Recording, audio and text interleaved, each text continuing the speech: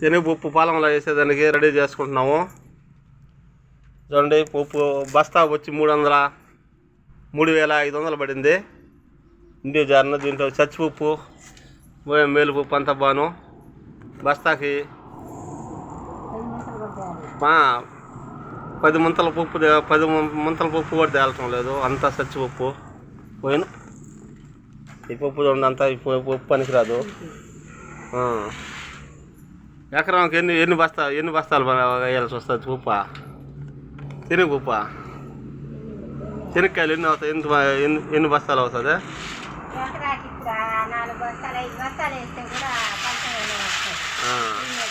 అంటే ఒక ఎకరాకి వచ్చి 5 బస్తాల కాయలు అవుతాయి.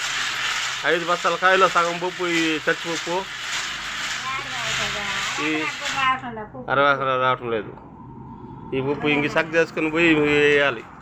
వీటిలో సగం పప్పు పోతుంది, సగం పప్పు పనికి వస్తుంది.